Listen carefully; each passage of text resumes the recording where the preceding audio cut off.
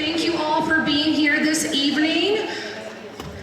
My name is Faustina Cuevas. I am the city's Diversity, Equity, and Inclusion Officer. I also serve as a senior advisor to Mayor Nicholson. I also think it's important to let you know that I have been part of the Unarmed Response Initiative since I started in my role 2 years ago. So I've had some continuity from working with Mayor McGee now to Mayor Nicholson on this very important initiative. I will have folks from our consultants introduce themselves momentarily, but first I think it's really important that everyone's paying attention, please, and listening, because there's going to be an echo otherwise. Just to introduce you all tonight, thank you for being here once again. I think it's really important, and this showing is great, so I'm really thankful for everybody that came out tonight. Want to give a quick history because I think it's important. This initiative came forward to the City of Lynn by the Lynn Racial Justice Coalition in the summer of 2020 after the murder of George Floyd, which, as many of you know, sparked a lot of outrage around the racial awakening of sort of America, or what I like to call the reawakening. Some of us were already awake, but there was a lot of issues in our community around racial inequities, and the Lynn Racial Justice Coalition brought forward a few issues that they wanted addressed in the community. One of the first ones was a DEI position, which is my role today, and body-worn cameras for police, which also happened, and then one of the other initiatives was an unarmed response team. So for the last 2 years, the City of Lynn has been thinking about how to do this. We have worked with the Lynn Racial Justice Coalition on some of these issues as well, and we were able to hire 2 consultants, well 3 now, but Mo Barboza right here to my right from Health Resources in Action. We also have Morgan Clark. Morgan, if you just want to wave, Morgan's in the back from Metropolitan Area. From the Collins Center of UMass Boston.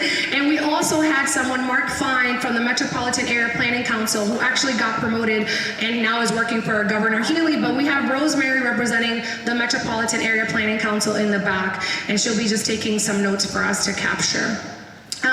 So that is a brief history of sort of why we're doing this, why we're here. Mayor Nicholson could not be here today. He is at a conference out of state, unfortunately, and that was planned sort of in advance of this program. So he sends his regrets. But one of the important things that we really wanted to make sure that we sort of laid out tonight is really the importance of bringing an initiative like this to address racial inequities in our community. That was one of the things that a lot of the community spoke about. That was one of the things that Mo, along with Mark, were able to gather this past fall through a series of forums that they did and that he'll be talking about, and that's in your slide deck as well. So without further ado, I'm gonna hand it off to Mo to talk a little bit about sort of the work that his team was able to do, and he'll pass it on to me about where we are now. Thank you, Faustina. My name is Mo Barboza, and I have the privilege of serving as a facilitator for this process. My daytime hat is I serve as Senior Director of Community Engagement at Health Resources in Action. That just means I talk to people. All right. I'm always fascinated with who's in the room, and so that's, to me, a really important part of this. So I'm just going to do a quick asking you to raise your hand if this fits you. How many folks live in Lynn? Okay, raise your hand like above your head. All right, good, wonderful, live in Lynn, all right. How many folks were born in Lynn? Born in Lynn, okay. How many folks were born somewhere else in Massachusetts? Okay. How many folks were born somewhere else in the United States outside of Lynn and Massachusetts? All right. How many folks were born outside of Massachusetts? Good, good. Raise your hand. That's proud. I'm one of those, absolutely. The wonderful thing about America is that we all get to own Lynn the same, no matter when we got here, how long we've been here, where we were born, or where our parents are from. Really important that this is your community equally for everyone. And that's what we started with, was making sure that we started with equity centered and making sure we went and talked to everyone who's a part of the community. So I'll tell you a little bit about the process that we did over the last fall into the spring, And you have the slides, and we don't have them up here, but I'm going to speak from them. So if you want to follow me, you can go to this page, the one that has the shapes on it. So, working with an advisory committee of folks who helped us to think about who needed to be in the conversation, we were building on some work that had been done before, some outreach that had been done before, but there were some communities and some voices that were missing. So our role was really to ensure that we were able to get the voices of some of those people in the community whose voice had not been a part of the process thus far. So we talked to the parents of young people who have behavioral health issues, because they are a part of the population that has contact with the police and has, stake kind of a really important stake in this, a really important voice in this. We also talked to young people 18 to 24, because we realized that their voices weren't part of the previous processes and that they have a different experience of the community and these issues. We went to public housing folks who are living in public housing, because their voices had not been included, and they have a deep stake in this community and are a big part of it. We spoke with the Lynn Racial Justice Coalition, who've been working on these issues and were the impetus for why this was even in place. We talked to behavioral health providers. We partnered with our good friends at My Brother's Table, who were able to invite some unhoused residents of Lynn. So these are folks who are part of our community who are just happen to be unhoused. And they also gave us a perspective that was different because of their experiences. In this room, we gathered over 100 Spanish speakers, because somehow in the processes before, there had not been a space for Spanish speakers to be a part of the conversation. So we thought it was really important to have them be here. The process also included conversations with service providers, so behavioral health service providers, mental health service providers, substance abuse service providers, our friends in law enforcement and in the broader area of public safety, so including fire and EMS, and had this information come back to the advisory committee to help us shape what the recommendations would be for an unarmed response. We're going to flip the page, and you might be following along in Spanish, so it follows in Spanish as well. So the need for an alternative. People talked about the experiences of family members and neighbors, their proximity to pain and experiences of physical violence and arrest, and that they wanted there to be a different option, and they felt like they didn't have an alternative. There were people whose experience of law enforcement in the community was not one that started with safety, but really the inverse of that, felt very unsafe, and particularly Black and Afro-Latino folks. There were a lot of folks who talked about trust and wanting to have trust. And one of the things about having these conversations in the community is that we got a real sense that folks wanted there to be a choice and an opportunity. They wanted to be able to call the police when they wanted to call the police, and they wanted to be able to call an alternative when they wanted to call the alternative, and to be able to have the option. They talked a lot about what the training needed to be for the folks who were going to be doing this work, and also that they wanted people to have both cultural competency and a racial justice framing, but also actual language ability, and being able to work with people in the languages that they natively spoke, being able to provide those services and engage with people in their own languages. So this was the need. Flip to the next page.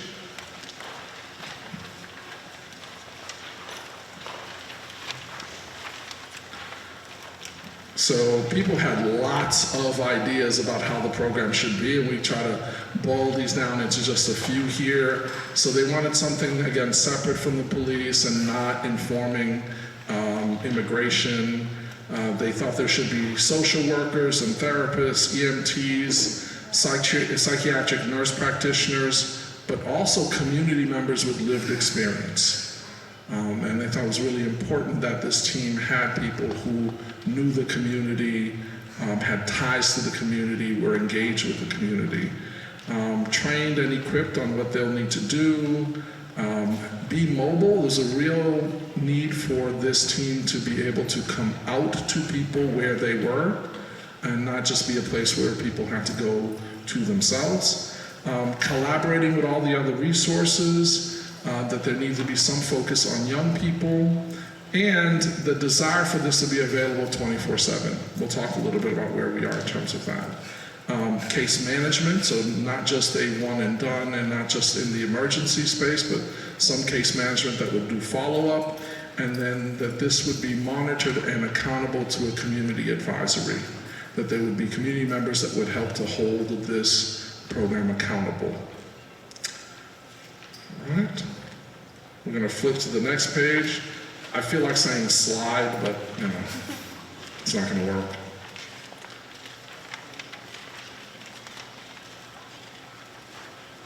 All right, so that was the initial process, and then we moved to a working group to kind of finalize this process. So that was like an advisory group for how to engage the public and helped us to have some of those conversations. We took in that information, put together a set of recommendations for the City of Lynn and the Mayor's office. The City of Lynn and the Mayor's office found an opportunity to move this process forward in partnership with our one of the Eliot services, and so we'll talk a little bit about that part in a bit. But to help us kind of hone in, there's a committee, a working group of folks that you see on the next page. It just lists all the different people who've been part of those conversations and are informing this process. And I just want to say this to make sure we're all on the same page. This is a process, and part of it, this meeting and what we hear from tonight is informing that process. If you go to the next page, it just describes the working group that we're in right now. We've had, or are having 7 meetings. We have one more after this. It's really to aid and create the vision for this unarmed response. And part of this has been looking at what a job description might be, giving feedback on the call types. We're actually in the process of finishing that up now.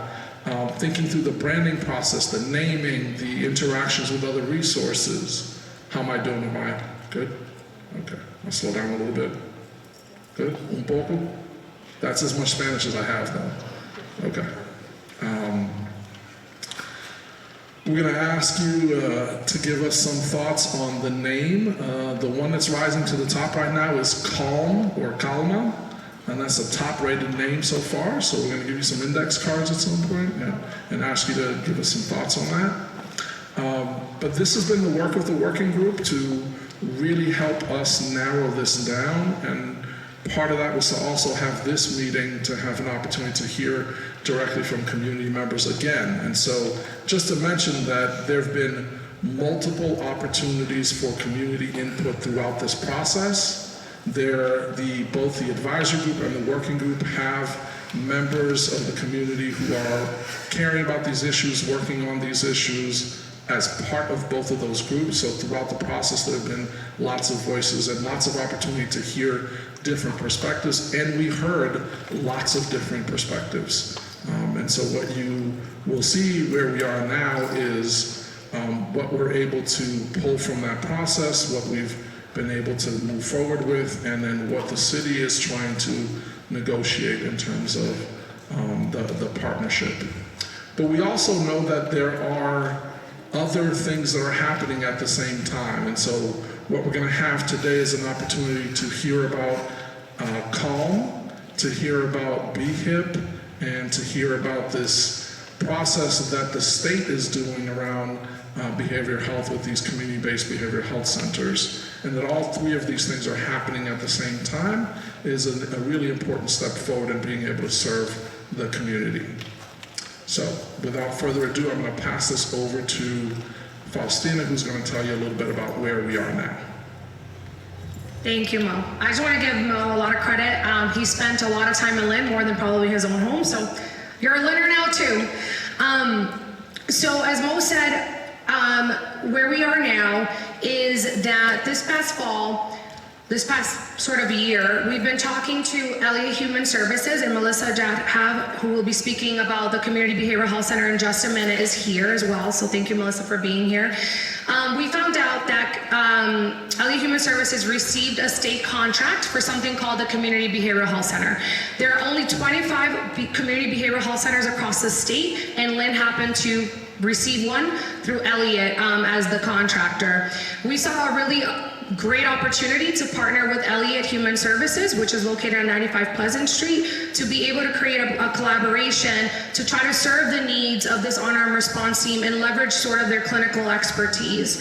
So where we are now is we're trying to finalize an agreement with Eliot to be able to have a team that will reflect sort of the needs that Mo talked about from the community and be able to sort of get this off the ground and hopefully, I don't want to put a date on it because we're still working on it, but hopefully soon, to be able to have something that we can be proud of in a pilot, right? Because this is a pilot, we're going to try something out and see how it goes. With any pilot, we're going to evaluate it. We're going to see what's working, what's not working. We're going to leverage community voice. We are going to create a community advisory board, which we've been talking about in the working group as well, for that accountability, so that there's transparency on the team.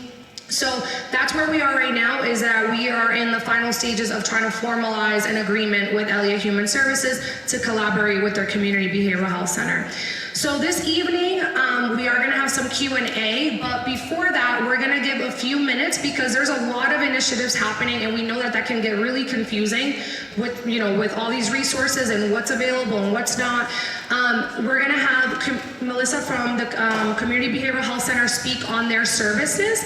After that, we're going to pass it off to Chief Reddy, who's going to be talking about the Behavioral Health Intervention Program, which some of you have seen a car out there with the name Smart Care. That is the Behavioral Health Intervention Program. So he'll be talking a little bit about that and introducing the team that I believe is here this evening.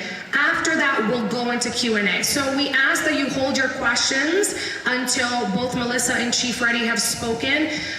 Jariet from our office, our intern, is actually going to pass out index cards as well, just so that we can try to create some themes around what questions are there. So Jariet's going to go ahead and start passing out those index cards. You can write in the index cards in Spanish as well, if you'd like. Si quieren escribir sus preguntas, la pueden escribir en español también.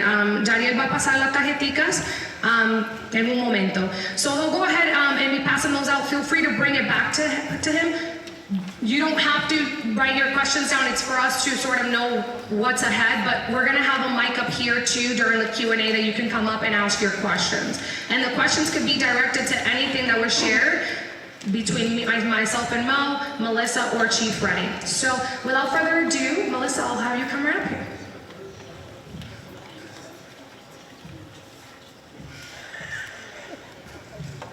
Good evening, everyone. As Faustina said, my name is Melissa Jadhav. I'm from Eliot Community Human Services, and I'm the director of our CBHC program that's over at 95 Pleasant Street in Lynn. So I'll just spend a couple minutes just telling you about the kind of main mission and goals of our CBHC program and what we're doing over there. So a big reason for the funding from the state around the community behavioral health centers was to increase access to care, to behavioral health treatment, and to decrease unnecessary or high utilization of emergency departments and hospitalizations due to individuals being unable to access behavioral health care when that was needed. And along with that, really a better access to what we call evidence-based care, which is like we want to provide the best treatment out there for all the individuals that we're serving. And so really how we have approached our community behavioral health center is we have one door one phone number for access, which is phrased as like no wrong door. We don't want it to be confusing. How to get access, which number to call at Eliot for these different services. We have one phone number that we call one location so that it makes it as easy as possible for mental health care, for substance use treatment, for any behavioral health treatment or support that individuals are needing. Through that one number or that one door, individuals can access crisis evaluations, mental health crisis evaluations if they are in crisis. We have at Eliot provided that for a long time at that location, and we're continuing to provide that crisis evaluation as well. Another piece of what we're doing is providing urgent access to behavioral health services. So even if somebody doesn't need crisis level services, they don't need to be evaluated for that. We are getting people in quickly within what we are calling our urgent care services. We don't have a wait for services, so we are having people come in, let us know what services they're needing in terms of behavioral health, and we're getting them going. That includes urgent psychiatric appointments. So if somebody's in urgent need of psychiatric medications, we're able to get them in same day, next day if that's needed. That includes individual therapy, that includes group therapy. We also have recovery coaches, peer supports, family supports as well, that they can all access within that kind of urgent care side of things. We are serving folks for the most part for up to 6 weeks in that more urgent care side of things. That way that allows us time to assess what's going on, assess what needs the individual has, what they're really wanting to focus on in treatment, if they are wanting to continue treatment further. And if they are wanting to continue treatment further, we are then transferring them within our program onto what we're calling our continuing care side of services, which really just means that it's out of that initial phase and really like honing in on some longer term treatment goals that we're working on. Once they kind of transition over to that side, we're assigning each individual to a team. And so this team-based approach to care is really new to kind of traditional outpatient behavioral health services. And on each team, we have both adult teams and child teams. On each team, we have up to 8 therapists. We have a nurse practitioner, we have nurse managers, we have care managers, we have peer specialists, we have recovery coaches. And so that way we're trying to support individuals in each area that they might need support in, and especially to focus on what the primary needs are before, you know, diving into treatment. If somebody is needing support with their housing or they're about to lose their housing soon, we're gonna have a care manager support them before really diving into treatment so that we can really hone in on the needs that they are identifying that they want to address right away. And so that's really kind of the scope of what we're providing, what we're working with. As I mentioned, we have child teams and adult teams, so we serve the whole age range. And I think those are the main pieces. Yeah. Thank you, Melissa. Like I said, if you have questions, please write them down on the index cards, and you can return them right back to Jadiel, who's sitting over here on this table on the right. We'll also have the mic for Q&A, but just to, again, try to create some themes that people aren't asking the same questions, try to help us out. So I'm gonna have Chief Freddie come up here. If you don't know Chief Freddie, he's our Lynn Police Department Chief, and he's gonna be talking about the Behavioral Health Intervention Program. He's also here with Keith Wales from Eliot Human Services. Keith, I do not remember your title, so you're gonna have to tell him. You just took away the first part of my presentation. Oh, I'm sorry. Good evening, everyone. Before I get started, I'm just going to take a moment, and you've heard about the vehicle that BHIP is going to be operating. I do have a graphic here that will be a representation of what you'll be seeing in the community if you want to pass it around. Pass it around. Thank you. As Faustina said, my name is Chris Reddy. I'm the Chief of Police here in the City of Lynn. I have here with me Keith Wales, who's a manager at Eliot, and part of his role is to oversee the jail diversion programs, which is where the clinicians who work out of the Lynn Police Station are hired through. So I'm very excited to talk to you about a new program that the Lynn Police have in partnership with Eliot Human Services and Cataldo Ambulance called the Behavioral Health Intervention Program, or BHIP. This program will be intended to reduce the burden on emergency rooms and transports to hospitals, because the hospitals are really overwhelmed significantly there, and also to support our jail diversion and arrest diversion programs for individuals who are becoming engaged with the criminal justice system because of their underlying mental health and or substance use disorder. We see these as tremendous benefits to the program, or that this program will offer, excuse me. And overall, this is going to provide increased services to the community and better access to behavioral health services for the members of the community, and it's going to meet them where they're at, out in the neighborhoods where they're living and working and engaging with the public. DMH specifically encouraged the City of Lynn to apply for this grant because they were aware of the history of our BHU and the successful work that they had done, as well as the tremendous need for additional services in the community here, because we have substantial populations who experience mental illness and or substance use disorder.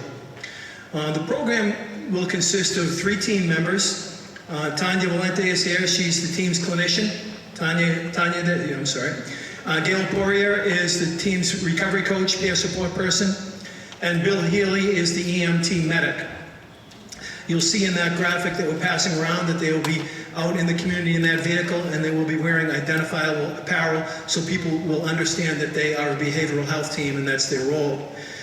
They are going to be co-responding with the police to six categories of incidents: overdoses, Section 12s, or is an involuntary commitment for mental health treatment, person in crisis, which is an individual who has exhibited some type of change in behavior or other unusual conduct that has caused a belief that they may be having a mental health crisis or other similar situation.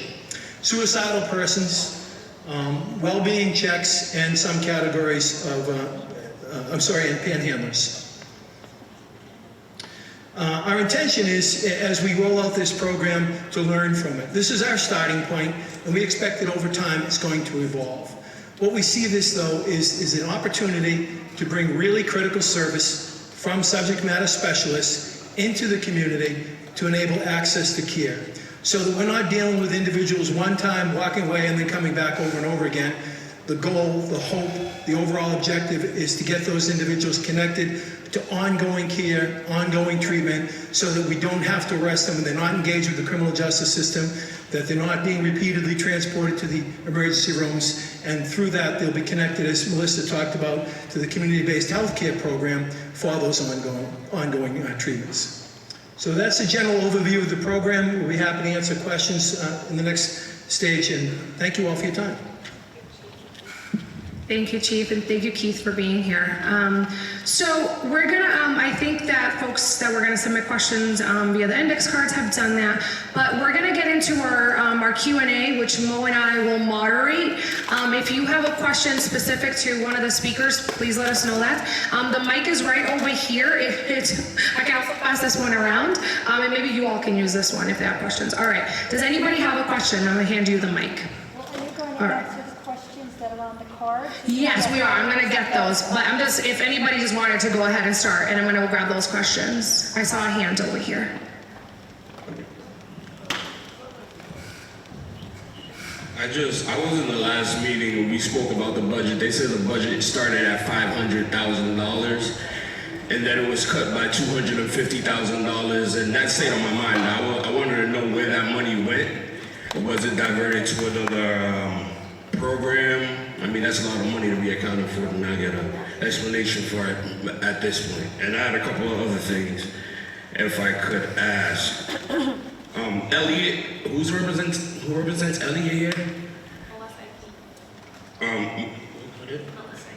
Melissa and Keith.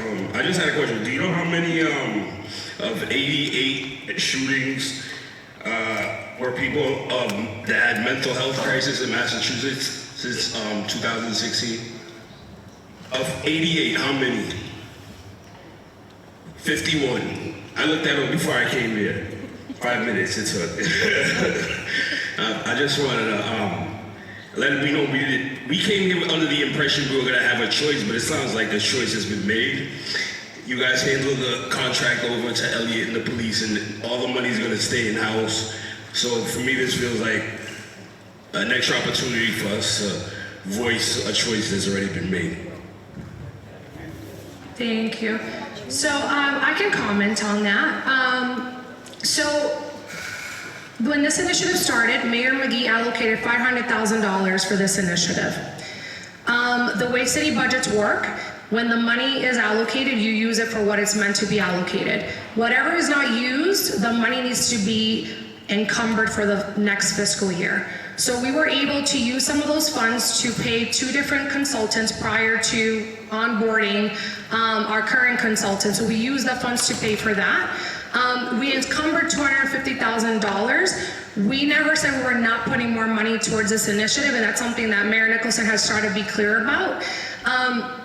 To speak to the other piece to this around that the decision has been made, we have asked for community voice. We asked Mo to participate this fall in garnering community feedback. We've been working with the working group to try to identify ways that we can make sure that this is inclusive of everyone's voice and ideas and perspectives. We've gone as far as to share job descriptions with the working group, and they've helped us formulate that. We've gone as far to say, what is it, what kind of people do we want to hire? We want to hire people that reflect the community. We want to hire bilingual folks. We want to hire people that have these sort of trainings and experiences and lived experience. So we see this opportunity to partner with Eliot as a mechanism to answer the call, the urgency that's out there. Otherwise, it would take years for us to get something off the ground in a way that actually will work immediately, because this is a really big undertaking. It's a huge cost. And we want to be able to at least try something rather than not do anything at all, especially given that Eliot got that state grant awarded to them. So we saw this as a unique opportunity to partner with an agency that's right here in Lynn to leverage their clinical expertise, but also as a community say, what do we want to see? So we will be hiring 2 people with city funds that will hopefully be reflective of the community, will be bilingual, that we will be inviting community members to take part of that process. You will be able to be part of that process to make sure that we're hiring people that people feel good about and can have an opinion on. So we're trying our best to make sure everyone's voice is a part of this. We also have limitations because we want to address the urgency, and this is a mechanism for us to do that.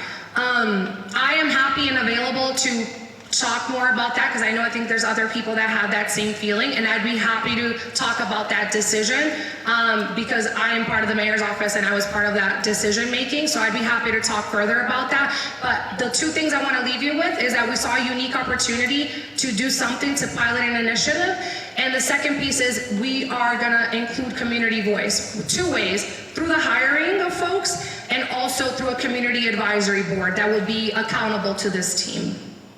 I don't know, Mo, if you want to say anything. I think those are all really important questions, and part of having a community advisory board is to continue to keep asking those questions and so forth. I also want to say, this is an opportunity to ask questions. We've had opportunities for people to provide comment, and so if folks have questions, we really want to make sure that people get a chance to ask them.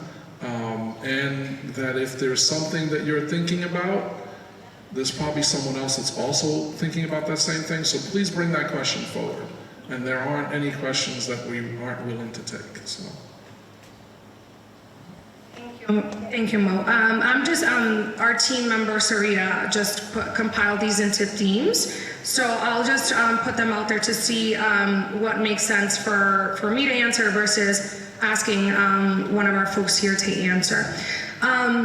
So there's a few questions about how the program will be funded. So right now we have allocated $250,000 for the program. So we are thinking about this in 2 ways. We are going to be giving Eliot $150,000 to hire the people we want with city funds. We're also going to hire a city employee that will be housed in our public health department to oversee the contract with Eliot. So it's really important that we have somebody that's a city employee to be able to oversee the program and make sure that the contract's being followed. They're also going to be working with the community advisory board to make sure that somebody from the community advisory board can go to somebody else outside of Eliot if there are concerns in the community, because essentially we want folks to feel that there is a mechanism to provide feedback that feels safe and that feels like they're going to get heard. So another piece that the community will be involved in is hiring that public health person that will be, we're calling that person a program director right now. That title may change, but they will be housed in the public health department. We also saw synergy there because the public health department is trying to reinvent themselves. They have a health resource center now that they just recently opened up. So they want more people to walk in and have those services, feel like they can come in and ask to get their blood pressure checked, get their vaccines, and become more of a community space. So I'll just share that. And that will hopefully, we're still talking about that, but that will most likely be a reoccurring line item so that we can keep those folks established through that program. Let me just, this one's for you, Chief Reddy. Will the police ever refer their calls to the unarmed response team? Thank you. No, I don't anticipate they will refer calls to them. My understanding is that the team will have a separate phone line that individuals can call them directly. Again, we're still seeing how this is all going to develop and what the actual final makeup of the team is going to be and how it's going to work. But my understanding is that there'll be a separate phone line that folks can call them directly for the services they're looking for. Thank you, Chief. There's another question that says, the programs that I know have been successful always involve police. Does the unarmed team plan to request their services, and are they willing to do that? I can take that. The goal of this is for the police not to be called. That's why it's called Unarmed Response Team. That's why it's an alternative to police. But to answer this question, we need to be honest that things can escalate. Things can get scary. A call might come in and it might be something else. We see this a lot with domestic violence calls. You get a call, you might not think it's serious, and then you get there and it's scarier than you thought. I imagine other similar calls might be similar in that arena. So there is going to be sort of clear guidelines around like when does that happen, and that's going to be sort of defined. But the goal is for this team to go on their own, unarmed, and be able to try to solve the whatever call the call came in. With that said, Behavioral Health Intervention Program is here. So if people want a co-response, you are more than able.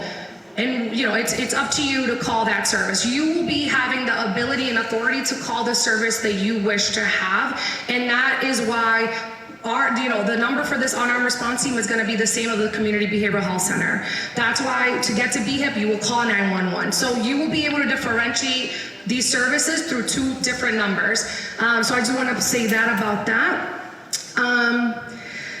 Chief Reddy, this is for you again. Does the police leadership support this?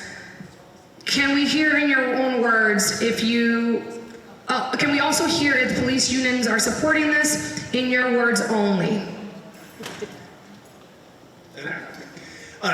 What I would say is that we support bringing more services into the city.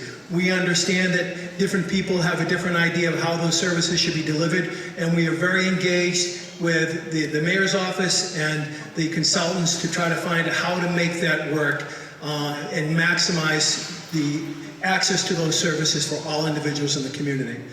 Along the way, I can also tell you that in the police department, we're committed to bringing specialists, behavioral health specialists, substance use recovery individuals to help address those needs as well. We think that you can't have too many services based on the number of needs that we have in this city. And as also part of that, we're very committed to ongoing training of our officers in crisis intervention and cognitive behavior theory and de-escalation tactics and other things that will help us deliver all kinds of service in the safest way possible. That is our pledge. So we do anticipate that we'll be working with all these city departments and members of the community to develop the program and see how it finally comes together. Thank you. There's a question about will this team be trained in working with people with autism? Will they also train the police? That's a fabulous question, and we absolutely want folks to be trained with dealing with a variety of folks with disabilities, not just autism, but sort of a spectrum of neurodivergence, physical disabilities, mental disabilities, whatever that looks like. So that definitely is a goal. Will they train the police? I'm sure the police have their own training on how to work with people with disabilities, so I will say no to that one. How will we measure success and impact? That's why there will be a community advisory board. So the goal of the community advisory board is to be sort of making sure that we're doing what we're supposed to. Also, the program director will be keeping track of what's going well, what's not going well, and really measuring success by saying we've answered this amount of calls successfully. We were able to de-escalate this amount of calls. We were able to really make sure the community felt safe and heard through this incident. So that's why we will measure success, and we will also have measures in our contract to make sure that we're also benchmarking data points and things that we want to achieve through the program. That's to be determined as well within the contract. Did you want to? Yeah, I guess. Yes. I'm just a little bit confused.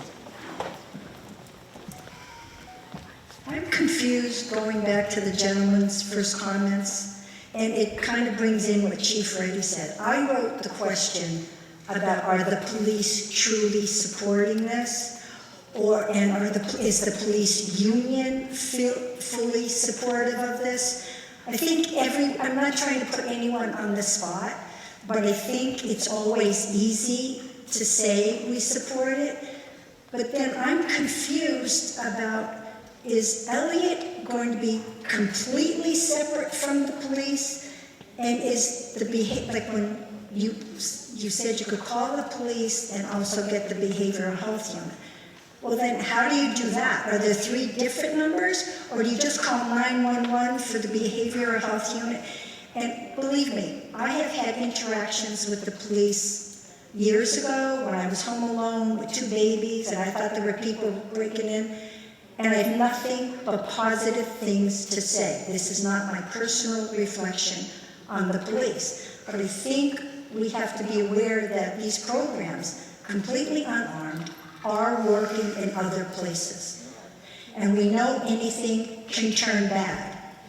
So if someone from Eliot goes out and they realize it's a bad situation, is their phone call, can they then call the police and their phone call go to the top of the list? And I think that covers that. So I'm just confused about who's doing what and where. Absolutely. That's a very fair question. That is an absolutely fair question. I'll just tackle like the structure because I think it is a little confusing. So we are giving, I'm going to try to put this in plain terms because I know that it can get a little confusing. We have allocated $250,000 for the program. Some of that money will be to pay for a program director that will be a city employee, City of Lynn employee, to manage the contract with Eliot. We will be giving Eliot $150,000 to fund 2 staff people, a community outreach specialist and a recovery coach to work with the program.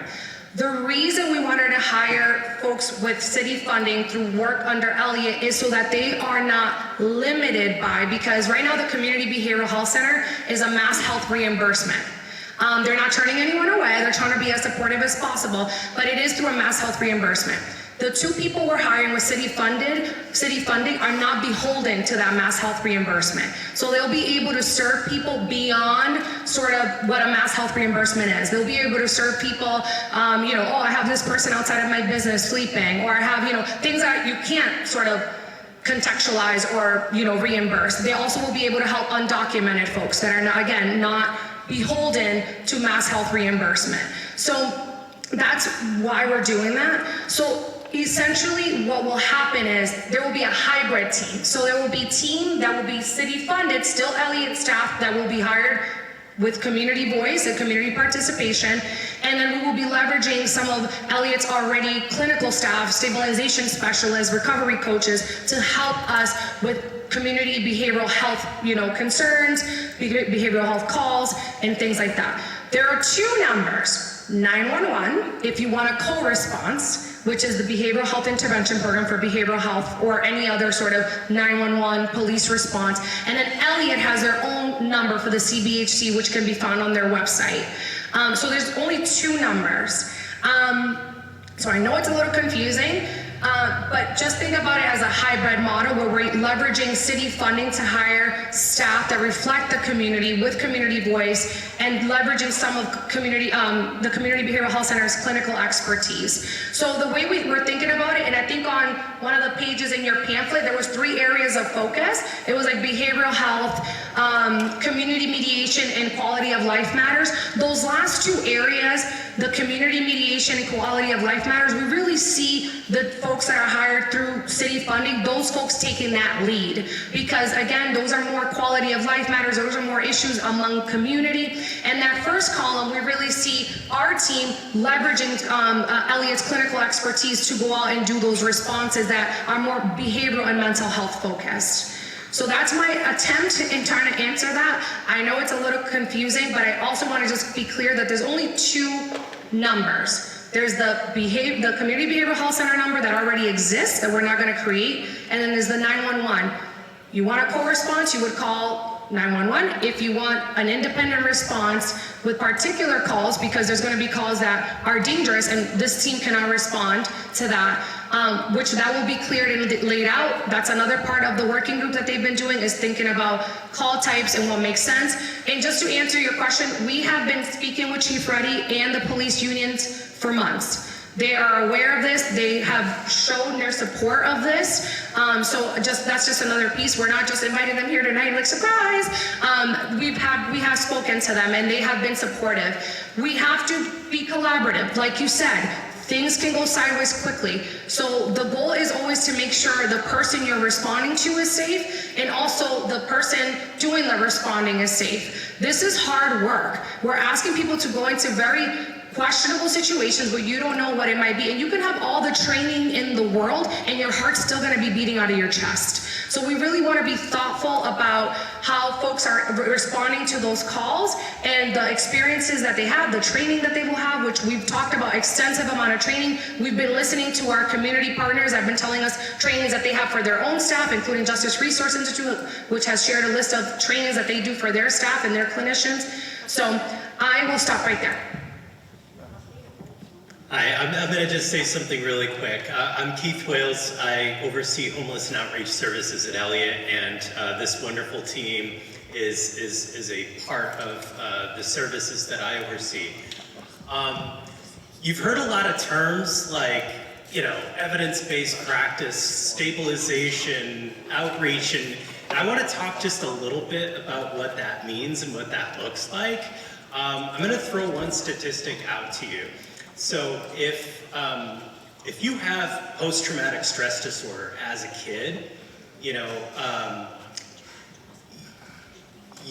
by the time you get to be the age of 18 and it's untreated, you are 3,000% more likely to engage in IV street drug use into adulthood. With post-traumatic stress disorder, major depression, untreated or undertreated anxiety, your ability as a child and going into your later years, your ability to do things like fractions and subjects and predicates and sentences and things like that are really compromised. Your educational prospects start to dwindle. And it's really important that we address this stuff. And I just want to say that the CBHC Center, our services, they're a way into getting substantive treatment and support so that people can live full lives and embark on a meaningful path towards recovery.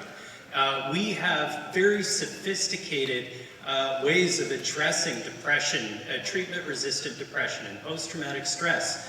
And we're bringing that to the mainstream. It's not just for people who can pay $350 an hour for a clinician to do work with their child.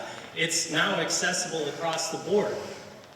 In my previous role, I was an outpatient services director, And, you know, a little part of me would die when I would have to speak with a mom just absolutely desperate to get their child into treatment. And I would have to, you know, let them know that it would probably be a 4 to 5 month wait and an even longer wait to get them on medications that could actually help.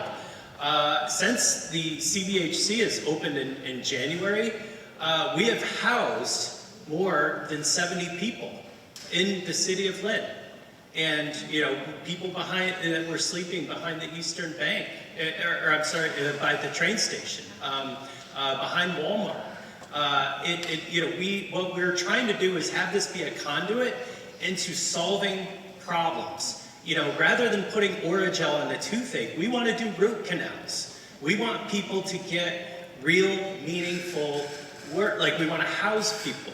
We want to get them the help and the treatment and the support that they need. We want to get people not just, you know, a ride to the emergency room and, you know, where they may or may not, you know, be hospitalized and then discharged. We want to actually help people and help transform lives. So this stuff is a real conduit into that. I'm sorry if I'm going off on a tangent here, but, you know, I wanted to bring some context into, you know, what we're trying to do here. We got a question. So I do have a question about transparency, monitoring, and accountability, but I do want to comment on what Keith just said. Hopefully, we get to a point where we're not doing root canals, but we're doing routine cleanings and prevention and making sure everyone has a toothbrush and toothpaste and all that good stuff. But thank you for sharing that. Very nervous.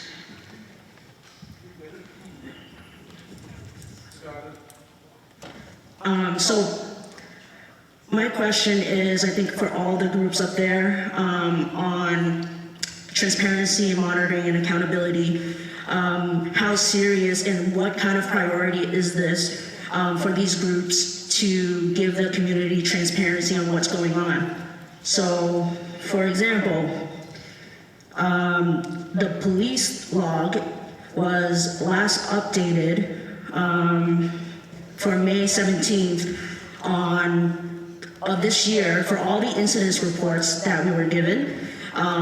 They were updated on May 18th. However, there was a stop. There was no update from then until now. But there was an update, July 17, 2023, going back those few months. And the lag of data available to the community is unacceptable, especially if this is a pilot program. So I just hope that this program, this unarmed response team, will have more urgency presenting data to the community. As we looked, or I looked, in March, there were 3,940 incident reports, 732 of those were medical. In April, that was and then in February, there were 2,908 incident reports and 649 of those were medical.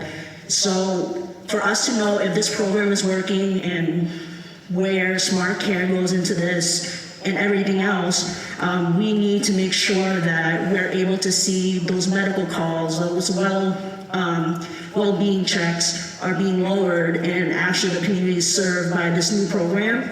And lastly, what type of HIPAA compliant data is Eliot willing to present and with what urgency? And so that we know that Eliot, not just with this program, but their day-to-day, aligns with what the community needs and aligns with what the unarmed response team should want to hold them accountable to. Thanks. Thank you. Chief, and I don't know if Melissa, you want to comment on just data access and all that. I just want to make sure that, you know, right now there is no unarmed response call.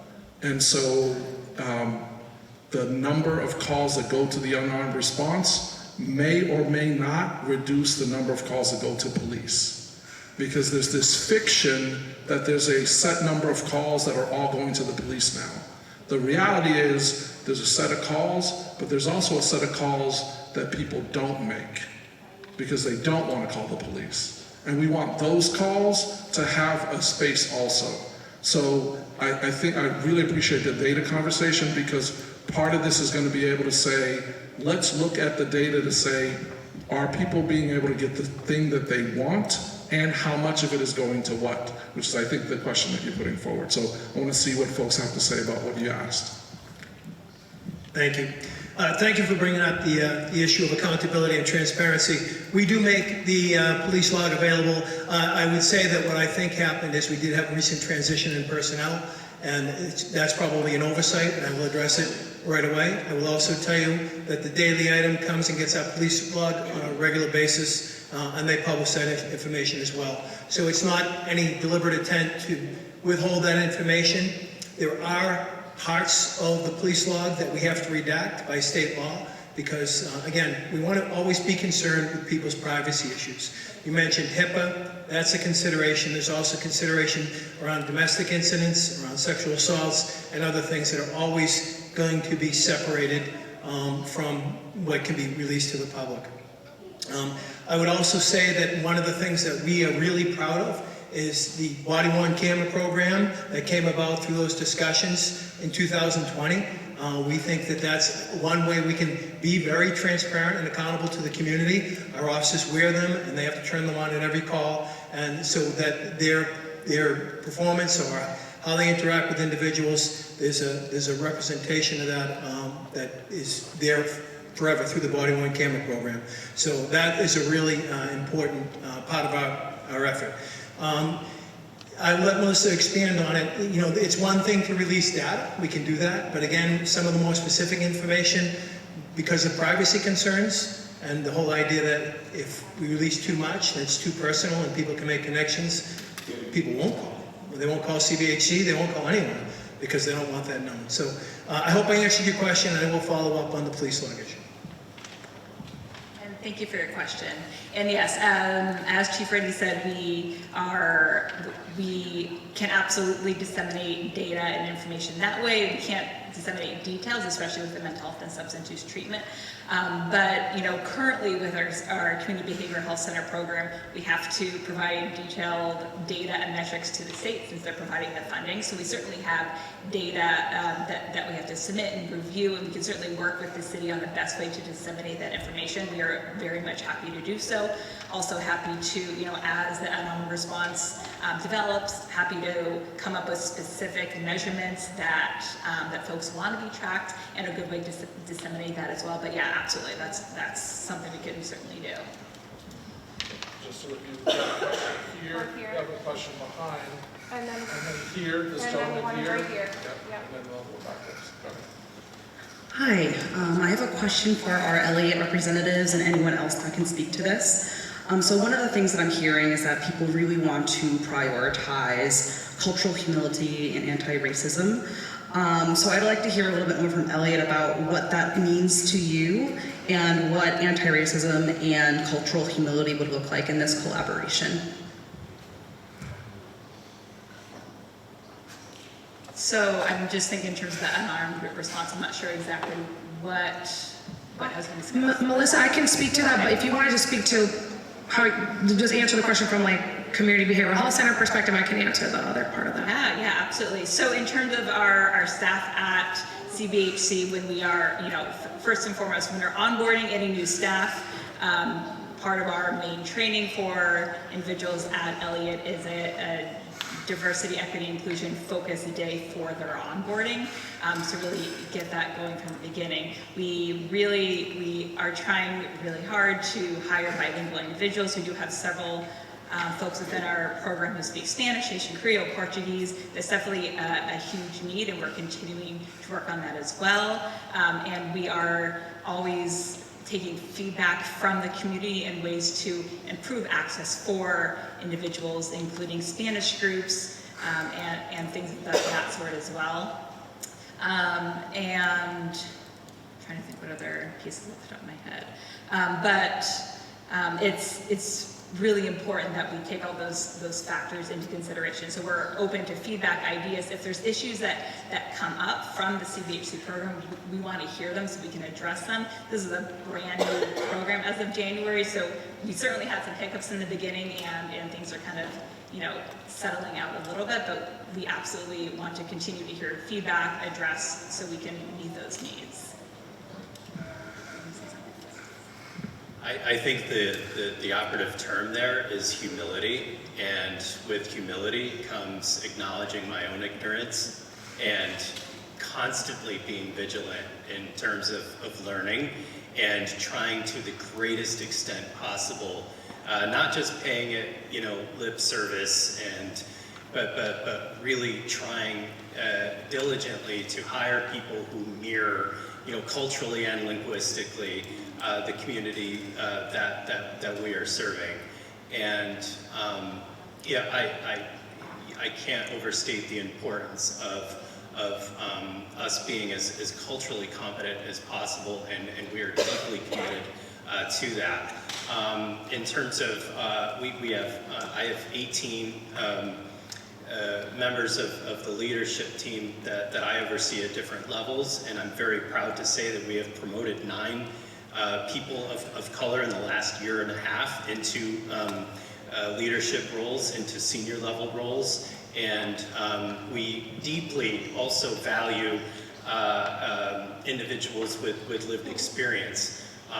Melissa and I actually hired our first recovery coach back in 2017, and that person is Daniel Ginnivan. He's a Lynn native, and he now oversees, as the director of community lived experience, he oversees, I think we have upwards of 40, 50 recovery coaches at this point across all programs. And for anybody who's not familiar with who a recovery coach is, it's somebody with lived experience with a substance use disorder, homelessness, or behavioral health, who have at least 2 years of sustained recovery time, and they help others, climb up, that proverbial mountain.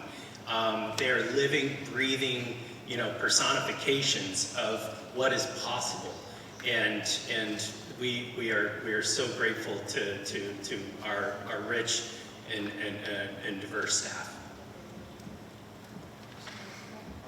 Got a few questions. I'm just gonna quickly on the Unarmed response team, that is gonna be even part of the interview questions, right? How have you educated yourself? What is your growth around DEI? What are you doing to collectively educate yourself? So that's even gonna be part of the interview questions that are asked, so that we are hiring people that we know are gonna be consciously growing and not just like, well, I arrived, I get it, and they're done. So that is gonna even be part of just even the interview process to make sure we're asking the right questions. We've got a few folks. We got some folks up there. We've got a few. I know, we had a waiting list here. Right here, and then we come back here, and then Neil, and then somebody over, oh, and then here, okay. So here. Mine is quick, because it literally, sorry. Mine is quick, because it was literally piggybacking off his statement, and I apologize if I missed the appropriate. Sorry. That was basically my question, who's watching the watcher, because it was a lot of information about this going to be city workers hired. So who is, how is all these groups going to be held accountable and the information put out into the community? I know it's not even started beginning, but those are things I think that are important, that everybody needs to be held accountable. And even though you hire city employees, it can't be something like, sometimes somebody looks away, or somebody it needs to be put out into the public, so we know everybody's being held accountable. I could take that. Thank you. Yeah, thank you for your question. We're gonna have a community advisory board, which is literally gonna be made up of community. We have not brainstormed. We have our final meeting next week. with the working group, which that's part of the conversation is like, what does this community advisory board look like? Who should be on it? Should service providers be on it? What is that, you know, is it community? Should elected officials be on it? Somebody brought that up before. So that accountability is part of that. Like if something happens, you call, who do you go to? You're gonna go to your people. You're gonna go to your community to try to solve that. So that was one thing that came out of the working group to address sort of accountability. Oh, proximity to, you know. No, go ahead, and we'll go for the front. Go You on. gotta love Lynn, right? Lynn folks are like, no, you first. No, you first. You go to. Seniority on me. Yeah, seniority. Beat me out. Because we have the safest drivers. That was in the news yesterday. I'm a member of a church that has been involved with ECHO for ages and ages and ages. And I find ECHO to be a really competent, well-thought, well-educated about the issues. And I've watched, I used to go to a lot of ECHO meetings, but post-pandemic I haven't. But I've watched some of their things on Zoom lately, and I get the feeling, and I could be wrong, that they don't feel as if they're being heard, and the Lynn Racial Justice Coalition feels as if they're not being heard. So I guess my question is, and I think that's why it's great to have a forum like this, but how can we assure those communities that their voices are being listened to? My other question is just about policing in general and what the City of Lynn is doing to bring more people of color onto the police force. Thanks. So two-part question. I'll answer the first part, and I think this is the last question Chief Reddy can answer because I think you have another commitment to go. I'm just reminding you of your other commitment. I can take that first part. I don't think I can do it justice because I think we're not going to agree, and I'm just going to be really transparent. I don't think we're going to agree. I feel like we've made an effort to include the Lynn Racial Justice Coalition. They feel like we haven't done enough, and that's probably true. So I don't think we're going to be able to answer that question this evening. But just so you know, because I don't know if you know, but the co-chairs of the coalition, Adriana's here tonight, remember Bernadette, they're part of the working group that we have right now. So they have shared tremendous feedback about the process. They've helped with the call types, they've helped with the job descriptions, the naming, the branding. So they've been a part of that, and I would extend that to then their sort of constituency, which is the Lynn Racial Justice Coalition. So I'll answer that, and then I'm gonna have Chief Reddy answer that second part to that. Thank you. Yeah, it's actually been a priority of the police department for a number of years to get more candidates who are people of color to join the Lynn Police Department. I will tell you, across our whole profession, nationwide, the number of individuals who are interested and willing to go into a career in law enforcement is, I would say, historically low. And we're seeing that in the candidates who are taking the test now. It's just we're in unusual times. So there is a challenge in just getting enough candidates overall. But in terms of getting people of color involved, it is a priority. We have participated in career fairs at the local high schools and at local colleges. We had a partnership with Arthur Akers, the College Application Education Project, to provide test prep.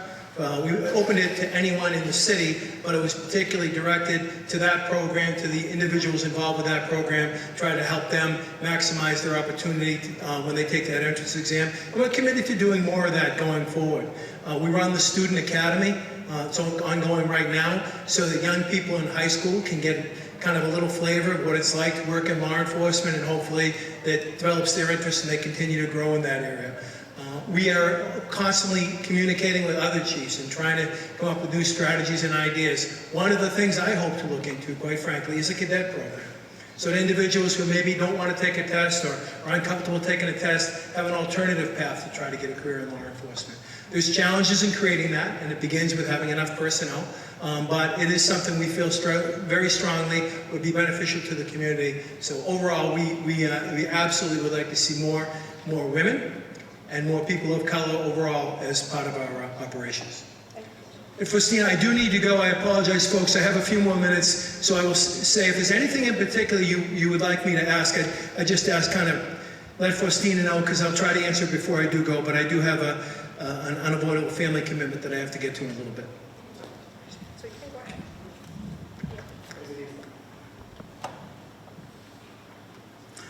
Good evening. First, I'm going to start by thanking everybody who's got involved so far, because even though the program didn't start, it's really a good program.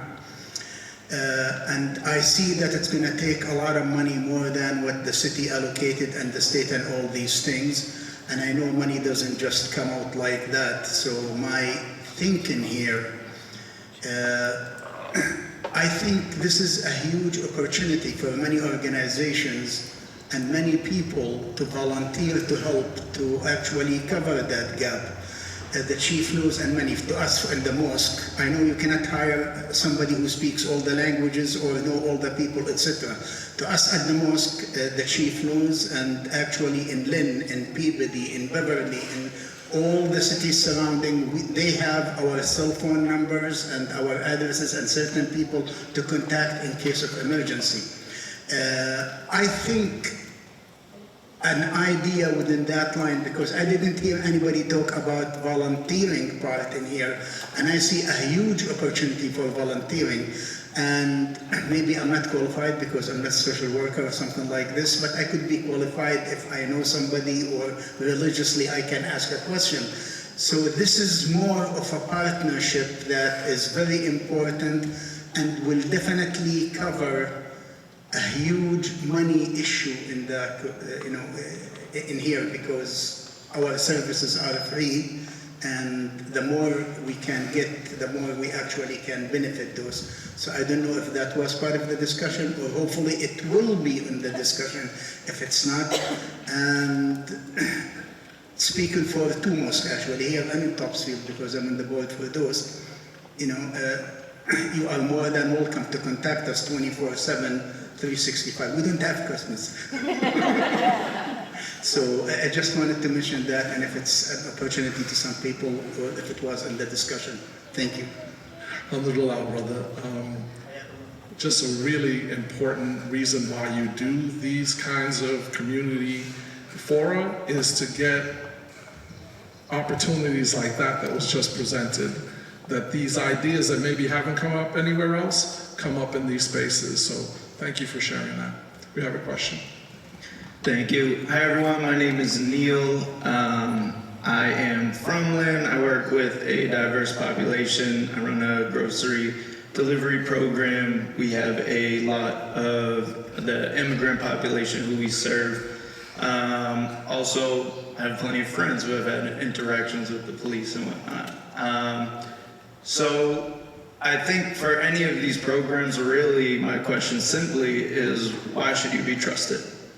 It's not, I'm just saying, it's very simple. It's not, we know the history of police department and infrastructural racism, institutional racism.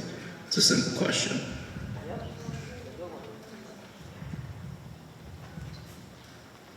Thank you. I'm just going to speak for the city and what we're trying to do with that on our response team. Trust is earned. I'm not asking you to trust us on day 1, not asking you to trust us on day 60, on day 90. I'm trusting that you will give us feedback. I'm trusting that you will hold us accountable in making sure that this is successful and it is what we want for the community. If not, one of the conversations we've had in the working group is like, then we shut it down.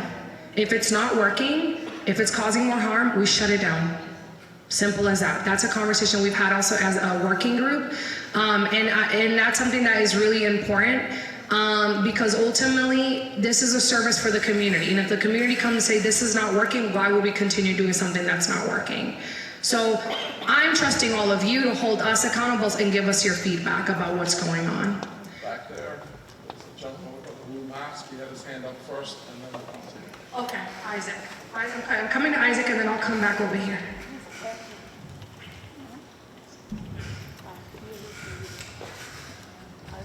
First, I just want to appreciate what I think I'm hearing is a recognition and I think a consensus that the city needs one of our tools to be an unarmed crisis response team that's completely and genuinely independent from the police.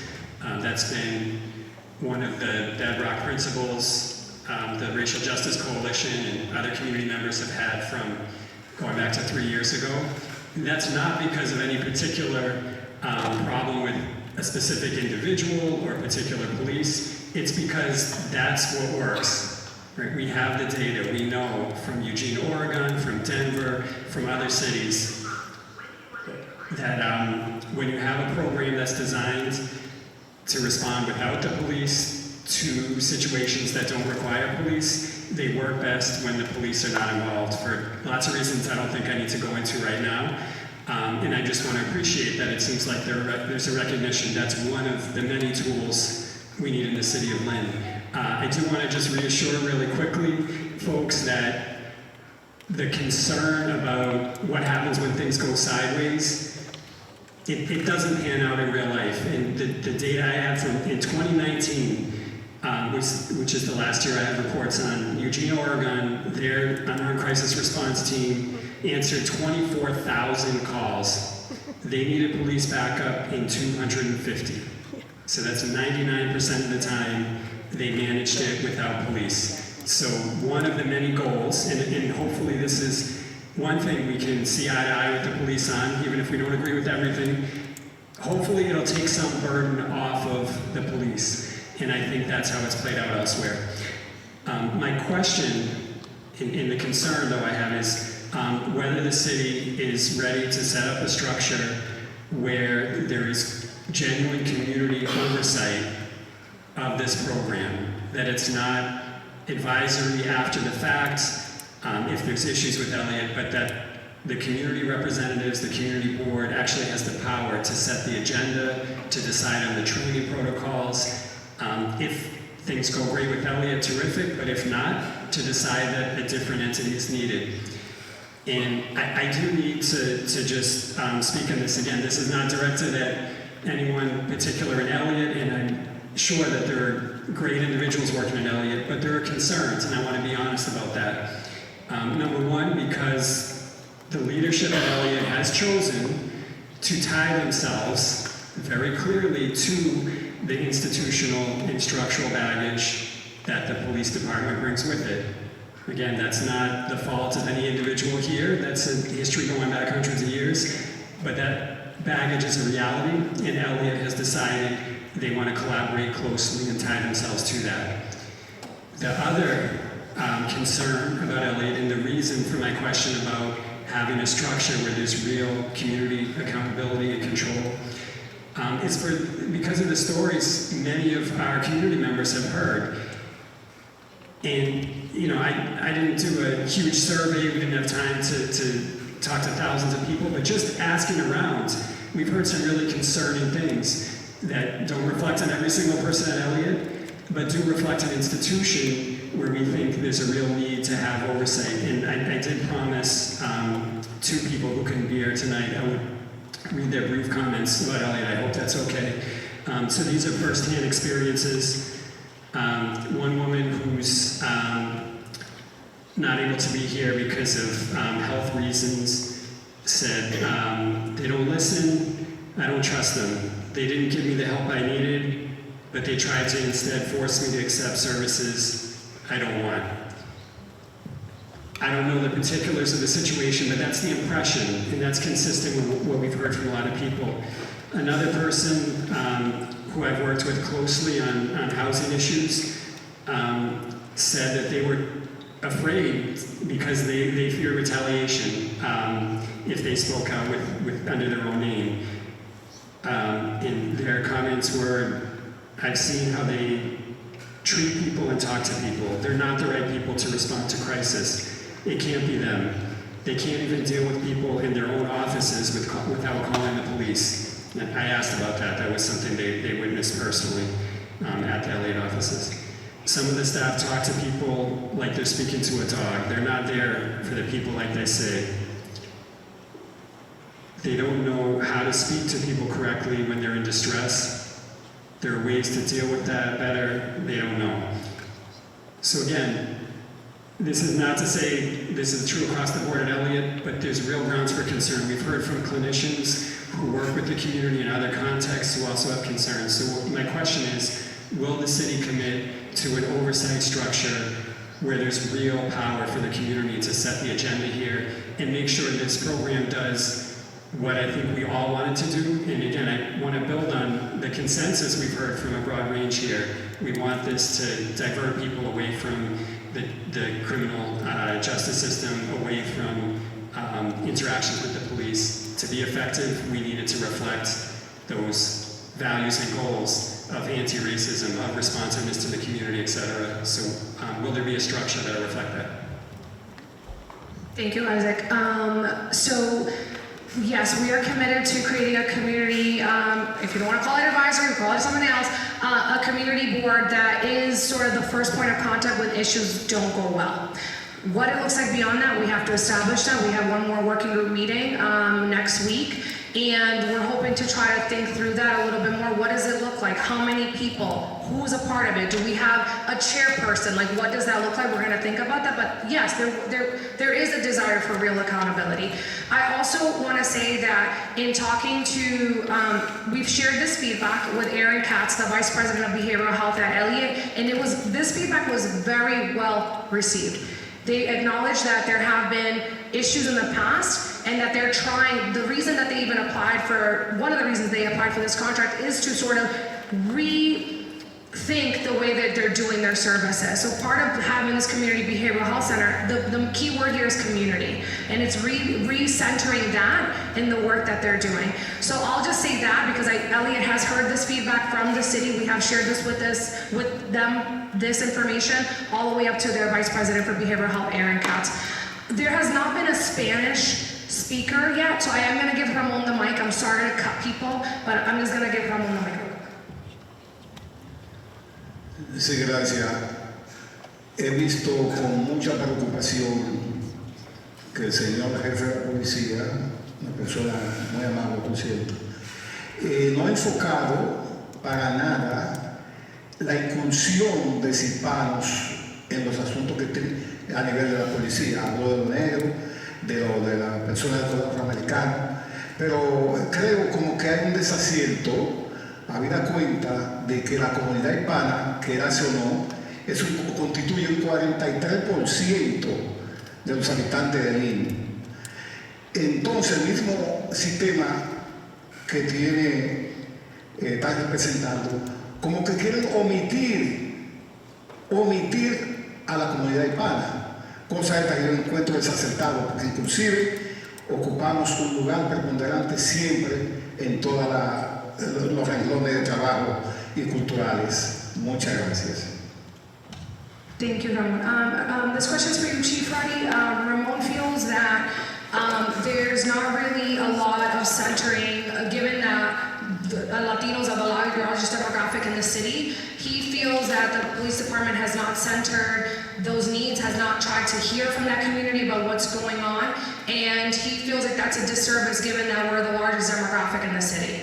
And he wants you to speak to that and like what efforts you're making to try to address his concerns. Sure, I appreciate you bringing that forward. I would say that actually we have done a lot of work and we continue to be committed to engaging with all of our communities, but in particular the Hispanic community, because it is so prevalent in our community. It's our biggest demographic. We have participated in numerous events sponsored by various Spanish churches in the faith community. We regularly engage with them. We also had a presence we're involved in the planning for the Hispanic Festival. We seek multiple opportunities to engage in positive interactions because that's how we can get to know people and interact with them. We have more Spanish-speaking officers than we've ever had in the history of the department, and it's not enough. In addition to the Spanish-speaking officers, we have translation services. Captain Brown, who's here from our patrol division, helped to innovate and get implemented so that if we do not have a Spanish-speaking officer available, we can very quickly access a translation service to overcome that problem. The Hispanic community is a vibrant and important part of our our local community here in Lynn, and we are very committed to working with them. And I'll be happy to talk to you afterwards if you have other ideas of how we can engage more with that community, as well as all the other communities that are part of the diverse makeup of Lynn. So, thank you. Thank you, Chief. So we're at time. I'm gonna just take the hands that were already up, which was this gentleman here and the gentleman here. I will leave my business cards here. If you have other questions, I'm gonna answer them for you. You can just email me or call me on my cell phone, which is on my card, but I'm gonna respect other people's times as they do have to go. So I'm gonna take the hands that were already up before I called it, which is this gentleman and the gentleman with the red hat. Thank you. I'll try and keep this brief. I think one of the things I'm hearing here, and this is one of the concerns I've heard with the LRJC as well, is how we're framing this and what the priorities are. I believe, and you feel free, actually, if you'll just indulge me in a quick survey, who here came because they're interested in an unarmed crisis response team? Who here came because they're interested in behavioral therapy? Thank you. This is what the problem is. You need to center unarmed crisis response. The mere fact that to get the number for the unarmed crisis response team, the plan is that you look up the behavioral response team website to call for the unarmed response team shows a misunderstanding of what the problem we're trying to address actually is. Right? I have nothing against behavioral therapy. Kudos to Eliot. That is work that needs to be done, but we need to center things appropriately. How do you educate the community in a moment of crisis? If they think I have a crisis, they look up crisis. If they're even going to bother going to a website, and you tell them, no, you don't want to look up crisis, you want to look up behavioral response. Okay, that's it for my comment. Thank you. Thank you for that. Just know we do have to go through an entire branding process, so everyone will be able to know where to find the information in multiple languages. So that is the goal, is to have an entire branding process with information, with pamphlets, so that the number starts to be ingrained in your mind. So there is a plan for that, because we don't want it to be difficult. We want it to be easy. Stan, I do have to head out, folks. I do apologize. If there's a specific question that you have for the police department that we haven't had the opportunity to get to tonight, I ask you to please notify Faustina. I will contact you directly if you like. We are committed to being responsive to the community and the concerns you have. We are committed to working with the city and the various stakeholders to find response programs that work for the entire community. I'm a lifelong Lynner. I grew up with many of you or your children, and I raised my family here. I care about every individual having the same access to justice, fair treatment, and having confidence that if they do have to interact with the police, they can feel good about it and know that they're going to be treated in that fair and just manner. So thank you for your time tonight, and I remain committed to working with you on all those issues. My question is, the last couple of years I've been working with Lynn United and stuff, and we've been to like 3 of these meetings. I was at the last meeting, and at the working meeting, they said that the plan for Eliot was going to be, I'm not sure if I heard this right, so correct me if I'm wrong, between 9 for crisis, like business hours. Crises don't happen at that time. We call Sally at 10 o'clock at night, or Isaac at 11, if we need a hotel room for that. We can reach out. That's not time. People don't choose a time to use drugs and overdose or to have a certain episode. And my other thing was, the mayor was supposed to be at the last 2 of these things, and there's always representation. And I usually do homework with my kids, so I want to ask, like, when is he ever going to come to me that I'm going to be at? Absolutely. I'm not sure what the other thing was, but I can only speak to tonight, because one thing about Mayor Nicholson, he loves to show up. He wanted to be here. If anyone knows him, he loves to show up. So I'm not sure what the other one was, but. Oh, yes, okay. So yeah, we have not talked about a schedule yet. That is not defined yet. That is still in the works, so that's not clear yet what the hours are gonna be. So we haven't, those decisions have not been made, so I just wanna put that out there. No, none of those decisions have been made. I also failed to acknowledge our fire chief is here, Chief Sullivan, incognito, so I didn't notice. Chief Sullivan, thank you for being here. I'm sorry, you were hiding back there. So we're gonna take just your question, and then we really have to go. Our facilities person needs to head out of the building, and he cannot leave until we leave, and he wants to get home to his family just as much as the rest of us. My question was that if it doesn't work, your answer was that you'll just not do it. That would be punishing people that need the help. You need to work towards something that works for everyone. And if you're not the group to do it, then perhaps someone else should. But it is something definitely that we need in Lynn, Mass, that we have needed for a long time. And we're trusting you, we're watching you. So please do the right thing. Yes, absolutely. So my comment was more about if the partnership with Eliot is not working, then we're gonna have to reevaluate it. That's what that comment was. Not necessarily, we're not gonna do this anymore. I'm just trying to be as transparent as possible that pilot programs, anything that we've known about pilot programs, they take time to mesh. They take time to work. They take time to, figure out the kinks. And for us, it really is about trying to establish something that works for everybody. And again, hearing your feedback along the way through a community advisory board, even if you're not a part of that, you can still provide that feedback. It's not going to be perfect, but we're trying to do something, which is why we wanted to have this forum to let you all know where we're at before we even take that last leap. I want to honor everyone's time. I'm sorry that we ran out of time. My cards are over there. My cell phone, I text, so if you're not somebody that likes to talk on the phone or email, you can text me, you can email me. I will reach back out to you if you have other lingering questions. If you have just a comment like, here's just this comment that I wanted to get off my chest, please feel free to send that to me. We have our working group meeting next week, so if you have any final thoughts about like community, well, not final thoughts, but you have other thoughts about the community advisory board, please send those to me before next Tuesday, when our next and final working group meeting will be, and I'll be happy to filter some of that. I just want to thank again Keith and Melissa for being here. I have personally seen your commitment to this work. I have personally seen your dedication to seeing the success of the Community Behavioral Health Center. Mo, thank you so much again for our consultant, Morgan, our other consultant, and Rosemary from MAPC as well.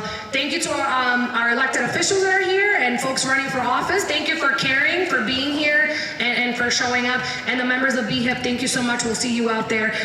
Thank you, Berta. I'm sorry for speaking so fast. Thank you, Berta, for translating. She had to be like, girl, slow down. Sorry, you always have to keep me in check. So thank you so much, members of our mayor staff. Thank you. And thank you all for being here, for being honest, for having a really tough conversation. This will not be the last tough conversation we have. And I look forward to more tough conversations, because at the other side of those tough conversations are solutions and outcomes, and I'm happy to hear that. So thank you. My cards are over there. Have a great night, and take pizza if there's leftover, and the soda. Take everything.